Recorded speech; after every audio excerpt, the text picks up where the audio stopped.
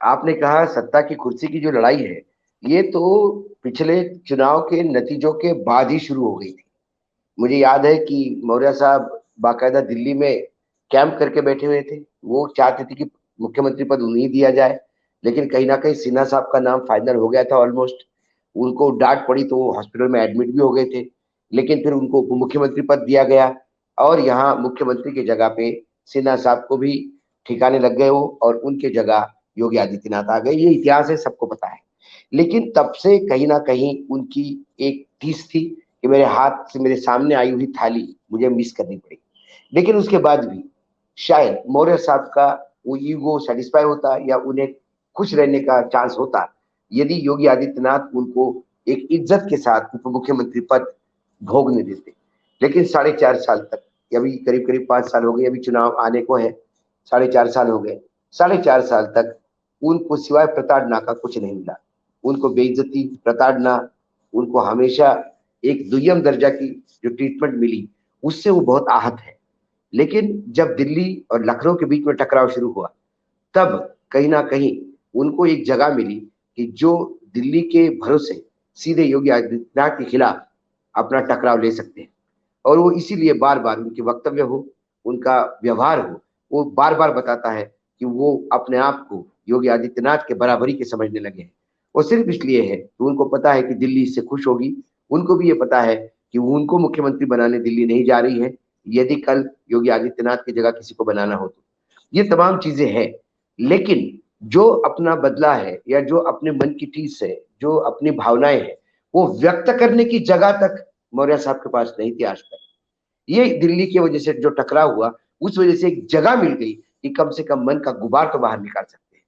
और यही नहीं, आप देखिए, कई जगह कई बीजेपी के नेता हैं जो कई जगह वोकल हो रहे हैं, कई जगह बात करते हैं।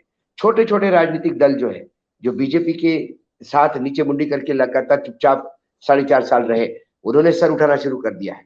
वो बार्गेनिंग कर रहे हैं, क्योंकि उनको दिखाई दे रहा है कि भारतीय जनता पार्टी एक वीक विकेट पे है, बहुत कमजोर स्थिति में है। और दूसरी ओर उभरता हुआ जो राजनीतिक, जिसको कहें हम उत्तर प्रदेश में, समाजवादी पार्टी अखिलेश ने पूरी तरह से अपने कंट्रोल में ले ली है और इस बार बड़ी ताकत के साथ चुनाव में उतर रहे हैं।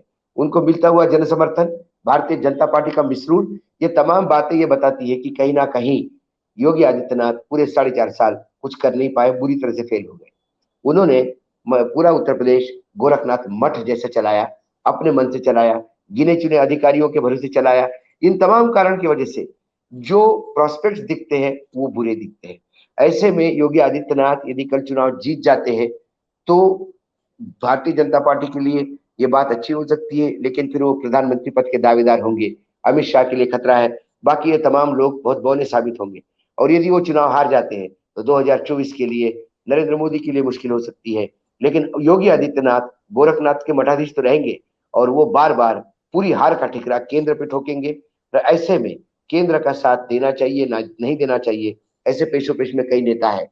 फिर भी जो योगी आदित्यनाथ से दुखी है, उनके लिए बोलने का इससे ज्यादा अच्छा चांस नहीं, इसलिए उन्होंने फ्रंट खोला। यदि उनके पास इतनी ताकत होती, यदि उनको अपने पे भरोसा होता, तो शायद उप मुख्यमंत्री पद की शपथ ही नहीं लेते।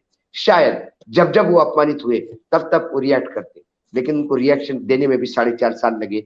ये बात बताते हैं कि उनको अपने मन की भड़ास निकालने के लिए भी किसी का खंदा चाहिए, खुद के भरोसे नहीं कर सकते।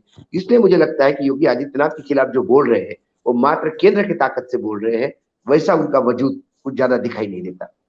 और आप हमसे जुड़े रहने के लिए सब्सक्राइब करें YouTube पर, फॉलो करें ट्विटर पर और लाइक करें Facebook पर। और ज्यादा जानकारी के लिए आपको टाइप करना होगा सिर्फ न्यूज़ नशा।